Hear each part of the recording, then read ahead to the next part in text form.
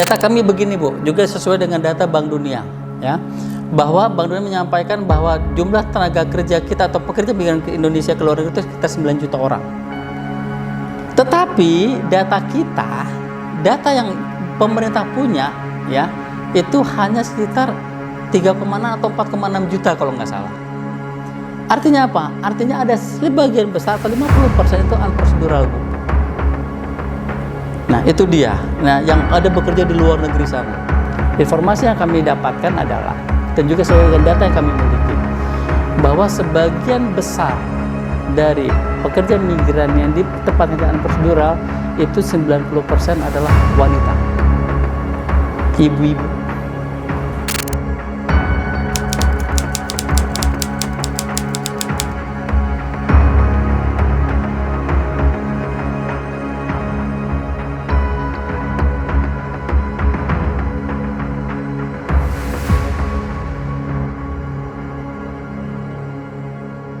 ...2013 sampai 2018 itu ke Cina. Itu cuma 3 bulan legal, setelah itu ilegal. Balik lagi 1 tahun, kemudian akhir 2019 saya berangkat ke Cina lagi, tapi itu ilegal. Kurang lebih 2,5 tahun saya di sana. Itu kita nggak lewat PT, nah emang Mas, itu cuma majikan nyuruh temannya yang ngurus visa kita. Kita nggak tahu, tapi itu di daerah Jakarta Utara. Begitu ngurus visa kira-kira 1 minggu selesai, kita terbang langsung ke Fuzhou dari Jakarta. Itu selama di sana itu cuma visanya 3 bulan. 3 bulan ya tetap di sana karena majikan katanya mau diurus, ternyata nggak diurus. Akhirnya ya kita ilegal.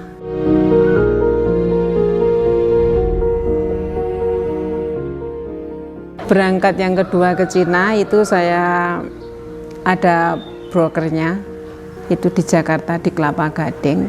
Saya berangkat ke Batam dulu, nyebrang ke Johor. Di situ kan itu Mas, nyari apa? Visa itu loh. Nyari toke itu loh Mas. Habis itu di Johor nunggu 8 hari, baru kita terbang ke Myanmar. Dari Myanmar kita turun di Rangon bandaranya. Di situ kita cuma mengikuti telepon via telepon. Brokernya itu orang Cina di perbatasan itu Kunming. Kita naik bis sore itu nyampe Luoso, itu perbatasan Myanmar dan Kunming, Cina, Yunnan. Itu selama paginya nyampe, baru kita dijemput sama brokernya, naik mobil. Terus kita setelah dekat perbatasan, semua barang-barang kita dimasukkan ke bagasi. Kitanya naik ojek, disuruh pegangan biar dikira orang situ. Jadi kita nggak bawa apa-apa, dikirain suami istri. Jadi kita melewati jembatan border itu pemeriksaan, kita aman, kita nggak diperiksa gitu. Kita langsung menuju ke bukit, turun di situ masuk kayak hutan gitu Mas. Di situ kita udah dijemput lagi 2 orang, 3 orang. Saya waktu itu berdua sama teman saya dari Indramayu. Di situ udah jam 5. Itu baru kita naik bukit itu. Pas sampai jalannya cuma jalan setapak. Kayak ada alasnya, kayak ada berduri pohon apa ya? Pohon salak kayak Mas. Tapi pohon-pohonnya juga tinggi lebat gitu. Saya juga terpeleset sekali, teman saya juga sekali, karena gelap. Kan udah jam 5:30 mungkin sini mau maghrib itu loh Mas. Ya, saya di situ cuma wis buat wiritan, ya Allah, hasbunallah, saya yang banyak terus. Saya kepleset itu pelan, saya pegangan teman saya itu, soalnya kita beriringan, yang di depan ada 2 orang itu penunjuk jalan kayak gitu. Terus kita nyampe di atas gunung itu, ada rumah satu tok di dalam pegunungan itu, di atas gunung itu. Kita turun di situ. Habis itu kita dijemput lagi 2 orang lagi, tapi itu udah 2 orang Cina itu. Tapi waktu nyebrang naiknya itu masih orang Myanmar, kan itu masih di perbatasan orang Myanmar kayak gitu. Nyampe di atas itu kita dijemput 2 orang, terus kita turun naik sepeda motor kayak gitu. Barang-barang udah dibawa dulu sama mereka 1 orang, terus kitanya berdua naik, diboncengin berdua gitu, naik motor lanang gitu loh Mas. Itu terus kita diajak turun ke jalan raya, di situ nunggu. Ada lagi yang jemput 2 orang beda lagi. Baru itu kita lewat jalan sepi. Ya jalannya bagus biarpun di Cina, tapi sepi banget itu. Itu di daerah Yunnan itu. Itu kita menuju ke hotel. Nah, di situ kita sudah dijemput oleh orang suruhan, orang teman sana yang suka membawa kita nyariin kerjaan di sana. Dia juga seorang tenaga kerja juga, orang Bandung gitu. Mulai dari Malaysia, dari Kuala Lumpur itu sampai Myanmar paginya, sampai ke Lwoso paginya seharian. Berangkat lagi itu langsung malam itu langsung berangkat ke Beijing itu. Ke Kunming dulu, terus ke Beijing itu ada 5 hari, 4 hari kita nggak mandi.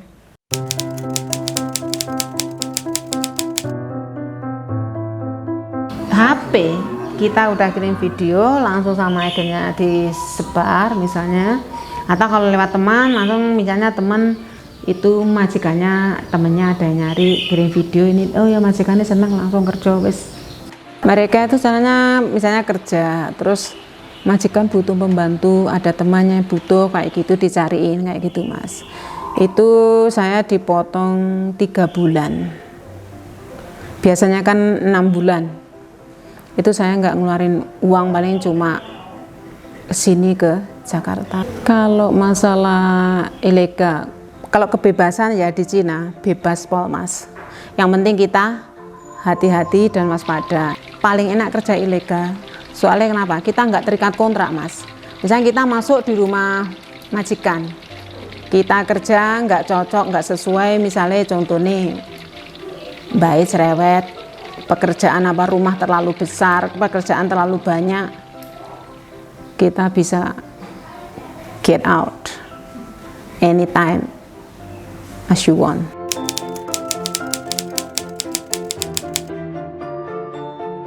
Yang ilegal, pengalaman saya itu yang pertama ke Cina 5 tahun itu, kalau mau pulang kita ngurusnya, dulu kan saya di Shenzhen deket Hong Kong. Nah itu saya naik pesawat ke Shanghai, terus saya daftar ke imigrasi, kantor polisi kayak gitu, terus ke konsulat di sana. Itu kita nunggunya 2 minggu, 2 minggu baru kita masuk karantina. Itu harus undang-undang Cina, ilegal harus stay 15 hari di penjara, itu di karantina kayak gitu. Kalau mereka yang ketangkap biasanya dihukum 6 bulan. Kalau dulu 2016 banyak temen yang ketangkap itu nggak sampai 6 bulan Mas. Paling teman saya itu 2 bulan, 4 bulan. Tapi yang 2018 itu 2019 saya yang terakhir ke sana itu hukumannya beda, jadi 6 bulan itu. Kebetulan teman saya waktu itu 1, 2, 3 orang itu ketangkep itu 6 bulan. Kalau dulunya paling ya sama Mas, di penjara 2 minggu 15 hari itu langsung dipulangin tiket, tapi tiket biasanya disuruh beli sendiri kayak gitu. Jadi yang nggak punya uang buat beli tiket ya kadang yang nunggu lama, mungkin itu dari KBRI atau dari konsulat Indonesia kayak gitu.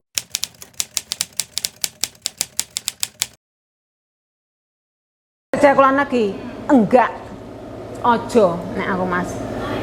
Sak mangan-mangane nang omah, sing penting apa? Rumah tanggamu utuh. Soalnya kalau ke luar negeri itu rawan Mas. Apalagi saiki zamane HP ini canggih kayak gini. Wes. Soalnya apa? Rumah tangganya hancur. Saya nggak mau rumah tangga mereka hancur seperti yang saya alami.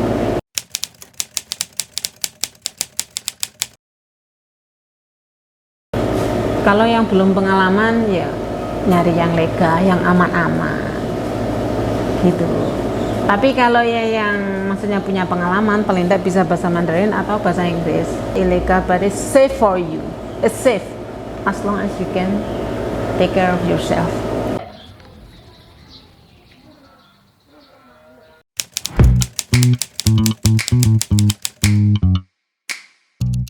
Bagaimanapun juga Bu, negara wajib melakukan pelindungan bagi pekerja migran yang bekerja ke luar negeri.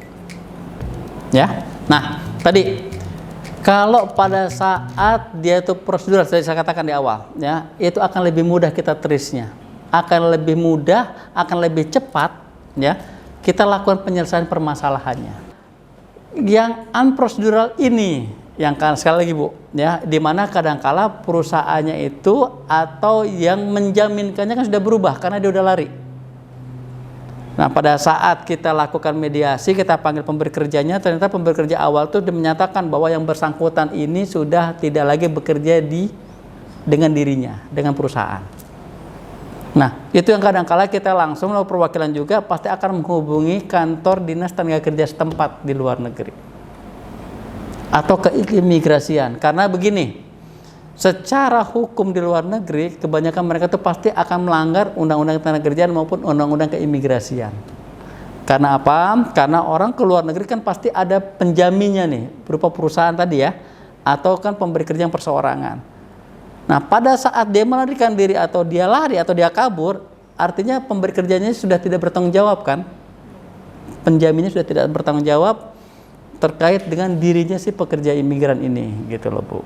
Ya, artinya kita pun juga tidak bisa melakukan apa ya, melakukan mediasi kepada pemberi kerja ini karena dia udah nggak bertanggung jawab. Kecuali memang ada sisa-sisa gaji yang belum dibayarkan, ya itu pasti akan kita minta supaya itu segera bisa kita kirimkan juga pada keluarganya yang ada di Indonesia, seperti itu Bu.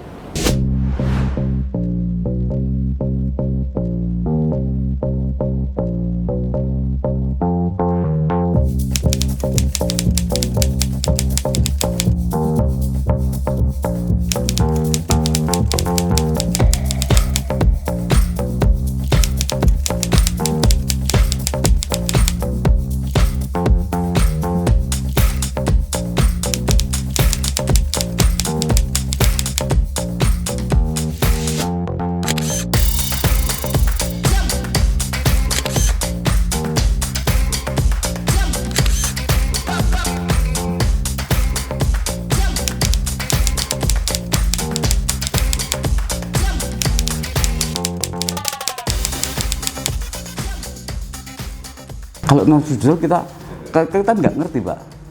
Non prosedural mesti tidak lewat kita. Jadi proses administrasinya pengajuan tidak melalui kita. Nah saya itu ngerti sing non prosedural, mesti saya larang kan gitu kalau. Kalau Ponorogo relatif kecil, dibandingkan yang seperti itu daerah Mataraman Pak, agak ke timur. Saya sudah seperti itu ada informasi, oh alhamdulillah gak ada Ponorogo. Itu dulu berangkatnya sudah lama. Artinya kalau yang ditanya sekarang yang non prosedural tidak melalui sini berapa banyak? Ya nggak ngerti karena nggak ada laporan ke kita. Tetapi sosialisasi masif yang kita lakukan sampai ke desa, bagaimana pergi ke luar negeri, itu yang pertama itu ya kalau bisa sasarannya pada pekerja yang formal. Terus kemudian kompetensi yang dimiliki dan yang melalui jalur.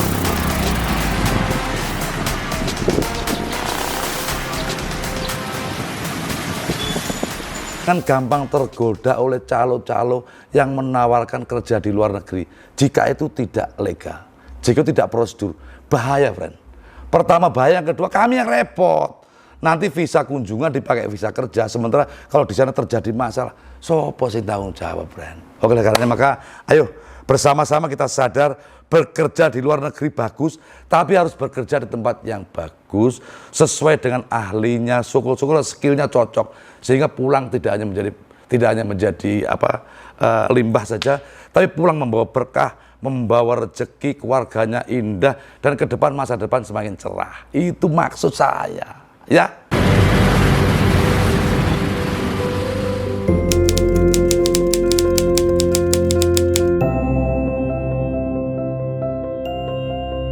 Fenomena undocumented migration terjadi karena beberapa faktor ya.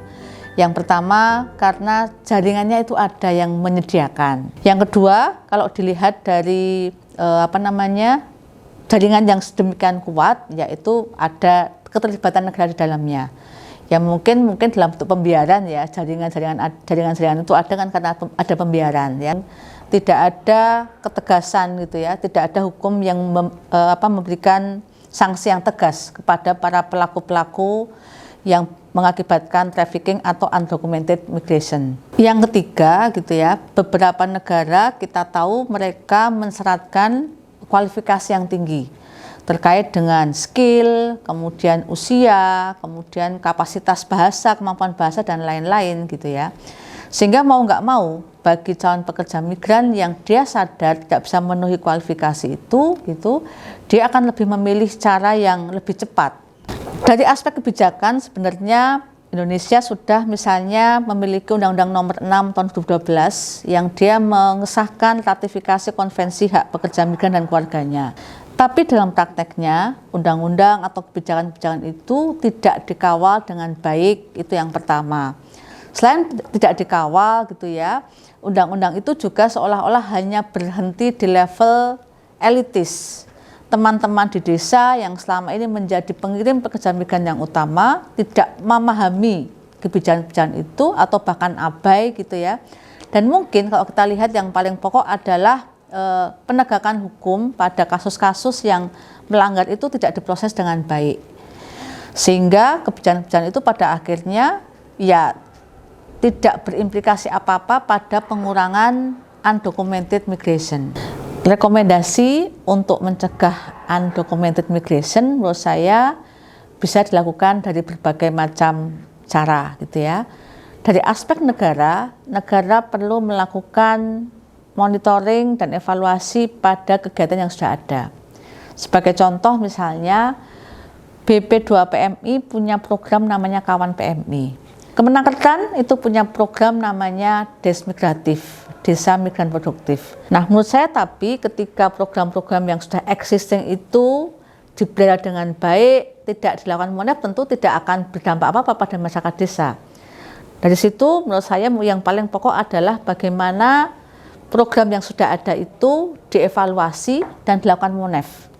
Misalnya dengan melibatkan perguruan tinggi ya, kita bisa melakukan KKN tematik atau MBKM dengan menggunakan melakukan pengawalan pada kebijakan yang sudah ada terkait dengan migrasi aman. Itu yang pertama ya, terkait dengan negara. Yang kedua tentu kita melakukan literasi dengan lebih variatif pada masyarakat desa. Dan yang ketiga menurut saya dari aspek individunya sendiri tentu kita literasinya harus lebih kompleks gitu ya, menyadarkan tentang pentingnya migrasi aman bagi anak-anak di pedesaan gitu ya.